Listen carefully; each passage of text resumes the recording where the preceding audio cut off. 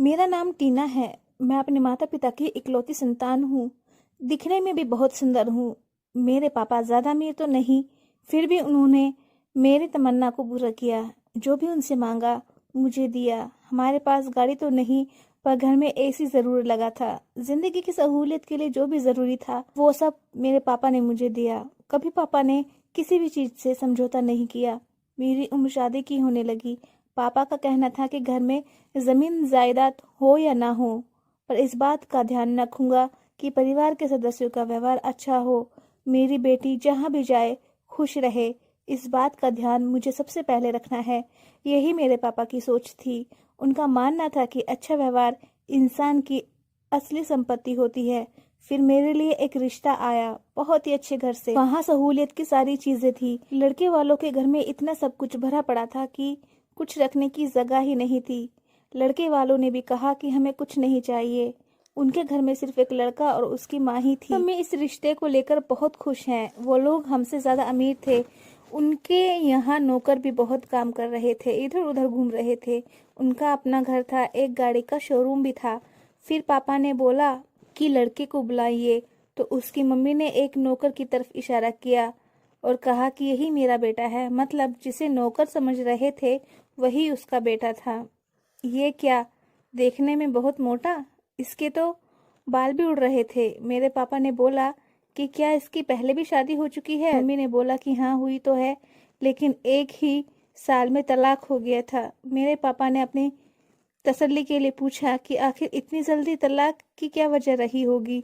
तो उसकी मम्मी ने बोला कि लड़की बार बार खुदकुशी करने की कोशिश करती थी, उसकी दिमागी हालत कोई ठीक नहीं थी, इसलिए मेरे बेटे ने उसको छोड़ना ही सही समझा। मेरे पापा ने मम्मी की तरफ देखा। मम्मी तो घर बार को देखकर रिश्ते के लिए राजी थी, लेकिन पापा को बहुत ही गुस्सा आया और पापा ने उन लोगों को बहुत ही सुनाया जिन्होंने हमें इस रिश्ते के बारे में बताया।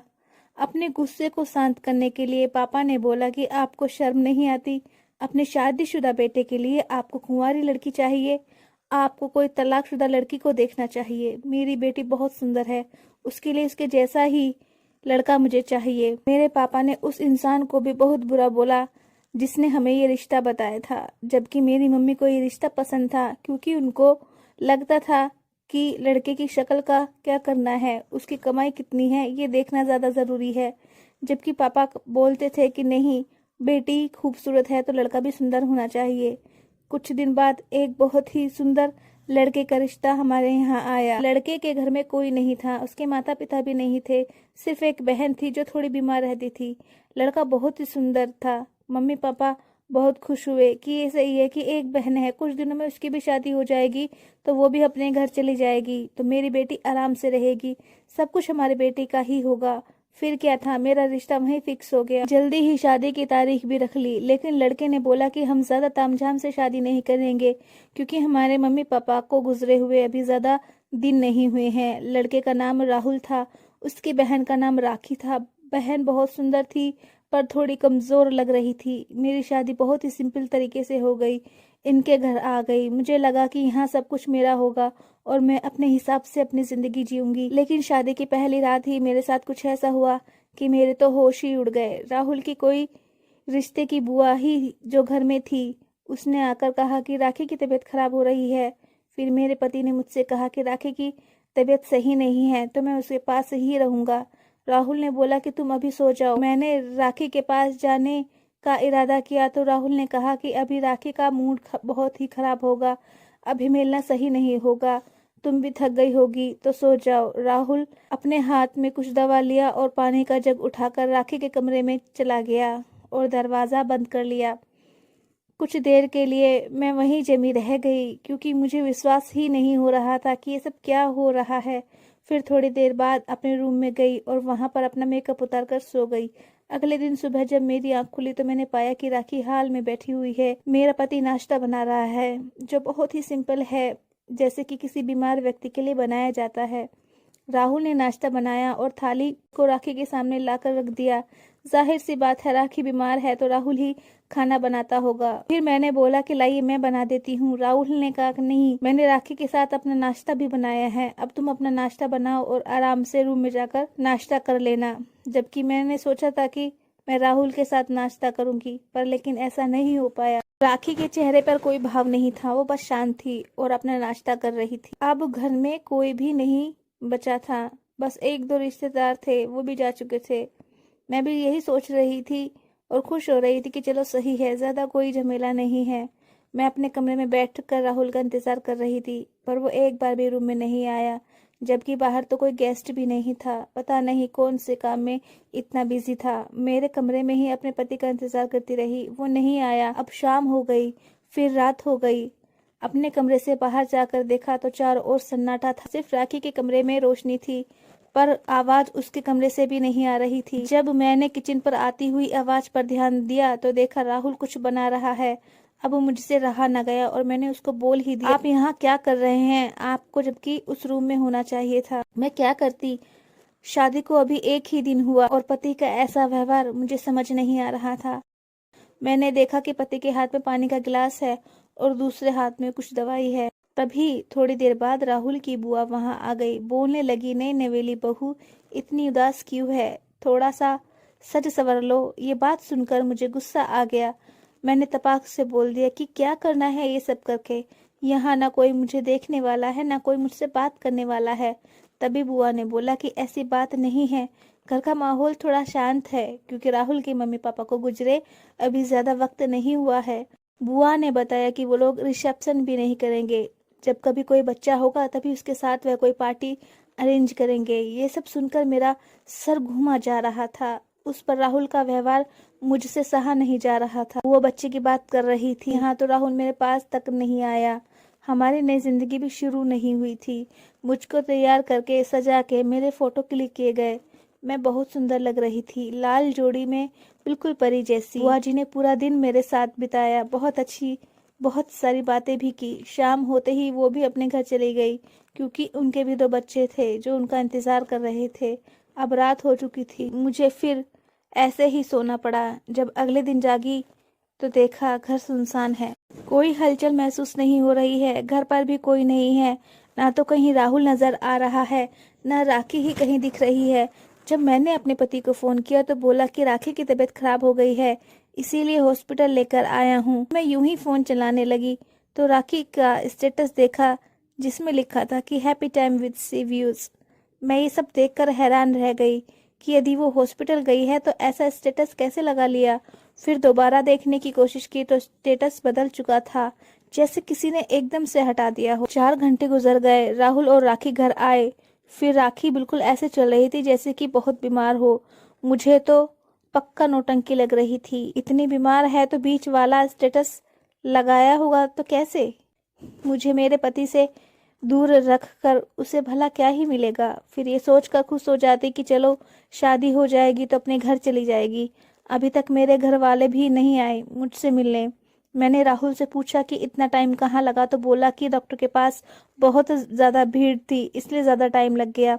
खाना मैं लेकर आया हूँ, जाओ जाकर निकाल लो और ले आओ। मेरा पति अपनी बहन के आगे पीछे ही रहता, उसका सारा काम करता, उसका ध्यान रखता। देखने में नंद सही लगती कभी कभी, उसकी आंखों के नीचे काले घेरे जरूर थे, पर इतनी कमजोर नहीं कि अपना खुद का काम न कर सके। फिर राहुल कमरे में आया भी तो थोड़ी देर के लिए, शायद कुछ चीज ढूंढ रहा, शायद कोई चीज खोज रहा था। मैंने उससे पूछ ही लिया कि ये सब क्या चल रहा है, मेरे साथ ऐसा क्यों किया जा रहा है। हमारी शादी को 1 हफ्ता होने वाला है, लेकिन हम दोनों पति पत्नी की तरह से नहीं रह रहे हैं। ना कहीं आना है, ना कहीं जाना है, कोई खुशी नहीं है। इतना सुनने के बाद राहुल बोला कि हम घूमने नहीं जा सकते, राखी की तबीयत सही नहीं है। ये हो सकता है कि तीनों किसी नज़दीकी जगह पर घूम सकते हैं, वो भी तब जब राखी की तबीयत सही हो। मुझे ये सुन गुस्सा आया और मैंने बोला कि मैं हनीमून पर जाने की बात कर रही हूँ और तुम राखी को साथ ले जाने की सोच रहे हो। मतलब आप चाहते हैं कि हमेशा इसकी खातिरदारी में लगे रहें। अगर ये इतना बीमार है तो कोई नर्स क्यों नहीं रख लेते। राहुल बोला कि उसको मेरी ये बात बिल्कुल पसंद नहीं आई। तुमको मेरा साथ देना है, ना कि ऐसी बातें बोलनी चाहिए। फिर मैंने बोला कि मैंने कब मना किया है, आप मुझे राखी का कोई काम नहीं करने देते, सभी कुछ तो आप खुद करना चाहते हैं, फिर मैं क्या करूं? कुछ बोला तो आप मुझे ही बातें सुना रहे हैं। शादी को 1 हफ्ता ही हुआ है और हम यहाँ इस तरह से लड़ रहे हैं। आपको कुछ अजीब नहीं लगता ये सब? राहुल बोला कि मैं सारा काम खुद से कर सकता हूँ, तुम सिर्फ इतनी मदद करो कि कुछ बोला ना करो। मैं इतनी बुरी तो नहीं, पर फिर भी मुझे जब बुरा लगा तो मेरे भी मन में जो आया मैंने बोल दिया। मैं अपनी नंद का सारा काम खुशी खुशी कर लेती, पर मेरे पति मुझे कुछ करने दें तब कुछ कर पाऊँ ना। मेरा पति सारा दिन सारी रात उसके ही पास रहते, बोलते थे कि अगर रात को उसे प्यास लगी तो पानी कौन देगा, इसलिए वही रात पर रहते। तो मैं इन दोनों से परेशान आ चुकी थी। वो रात भर एक साथ एक ही कमरे में रहते और दरवाजा भी अंदर से लॉक होता था। कभी कभी तो मेरे दिल में बुरे ख्याल आते थे, कभी मन करता कि जाकर देखूं कि आखिर कमरे में करते क्या है। और मेरे पति को क्या मेरा बिल्कुल भी ख्याल नहीं आता? उनकी भी एक बीवी है, कभी दिल नहीं होता कि थोड़ा समय उसके पास भी रहूं? या फिर उसकी बहन को समझ नहीं आता कि ये सब जो हो रहा है, ये सब जो हो रहा था वो नॉर्मल बात तो बिल्कुल भी नहीं थी। एक दिन फिर ये दोनों बाहर गए तो मेरे दिमाग में एक आइडिया आया और मैंने अपने पति को कॉल किया और बोला कि मेरे मम्मी पापा मुझे लेने आए हैं और मैं 2-4 दिन के लिए उनके पास जा रही हूँ। 2-4 दिन के बाद रुक कर वापस आ जाऊंगी। राहुल ने कहा कि ठीक है, बहुत ही अच्छी बात है, बाद में मैं तुम्हें लेने आ जाऊंगा। लेकिन मेरे पापा तो लेने आए ही नहीं और ना ही मैंने उन्हें कुछ बताया था। मेरे दिमाग में एक आइडिया था। मैं अपने ननंद के कमरे में छिप गई। देर बाद मुझे हलचल महसूस होने लगी। वो लोग आ चुके थे। उनको तो यही लगा कि मैं घर पर नहीं हूँ। जैसे ही उन्होंने कमरे में एंट्री की तो राखी ने कहा कि अच्छा है आज वो घर पर नहीं है। मैं तो तंग आ गई, कसम से। पता नहीं जिंदगी में क्या लिखा है, सब कुछ अपनी मर्जी से किया, फिर भी पता नहीं क्यों मुझे ये सब अच्छा नहीं लग रहा है। फिर मेरे पति ने उसके चेहरे को अपने हाथों में लिया और कहा कि मैंने तुमको पहले ही कहा था, पर तुमने ही जिद पकड़ी थी। उसके बाद वो दोनों ऐसे बैठ गए जैसे पति पत्नी बैठे हैं। थोड़ी देर बाद मेरे पति ने उसके कान में कुछ कहा और राखी ने बोला कि नहीं, मेरा दिल नहीं है। मेरे पति ने कहा कि आज मौका है, आज हम अकेले हैं तो आज क्यों नहीं। फिर राखी उठी और अलमारी से कुछ निकाल कर लाई, दूसरे कमरे में चली गई। फिर थोड़ी देर बाद वापस आई तो उसने खुद को दुल्हन की तरह सजाया था, साथ ही शादी का जोड़ा भी पहन रखा था। मेरा पति उसे देखकर बहुत खुश हो गया। दोनों ने एक दूसरे के हाथ थाम लिए। तभी मुझसे बर्दाश्त नहीं हुआ, मैं सामने आई। दोनों मुझे सामने देखकर चौंक गए। इतने बड़े पापी हो तुम दोनों ने अपने रिश्ते का भी ख्याल नहीं किया। अगर ये तुम्हारी बहन है तो दुल्हन बनकर तुम्हारे सामने क्यों खड़ी है? मेरे पति ने मेरा हाथ पकड़ा और मुझे मेरे कमरे में लेकर आए, पर मैं शांत नहीं हो रही थी। तब भी मैंने पूछा कि इस घर में ये सब हो क्या रहा है? तभी राहुल ने मुझे थप्पड़ मारा और बोला कि गंदगी तुम्हारे दिमाग में है, ये मेरी बहन नहीं मेरी पत्नी है, इसकी वजह से तुम यहाँ पर हो। तुमको दुख ना हो इसीलिए तुमसे ये बात नहीं बताई गई। मेरी बीवी कैंसर से पीड़ित है, लास्ट स्टेज पर है। इच्छा थी कि मैं उसके सामने ही शादी करूं, उसकी अंतिम सांस तक उसके पास रहूं। मैं उसकी खुशी के लिए ही ये सब किया है। वो दुनिया से जा रही है ही मैं उसको हर खुशी देना चाहता हूँ, उसका हर छोटा बड़ा सपना पूरा करना चाहता हूँ। इतना बोलकर राहुल जोर जोर से रोने लगा। मैंने राहुल से माफी मांगी, राखी से भी माफी मांगी। फिर हम दोनों एक साथ उसका ख्याल रखने लगे। 2 महीने 20 दिन के बाद वो हमें छोड़कर दुनिया से चली गई। इस सदमे से निकलने में राहुल को बहुत परेशानी हुई। आज पूरे 2 साल हो चुके हैं।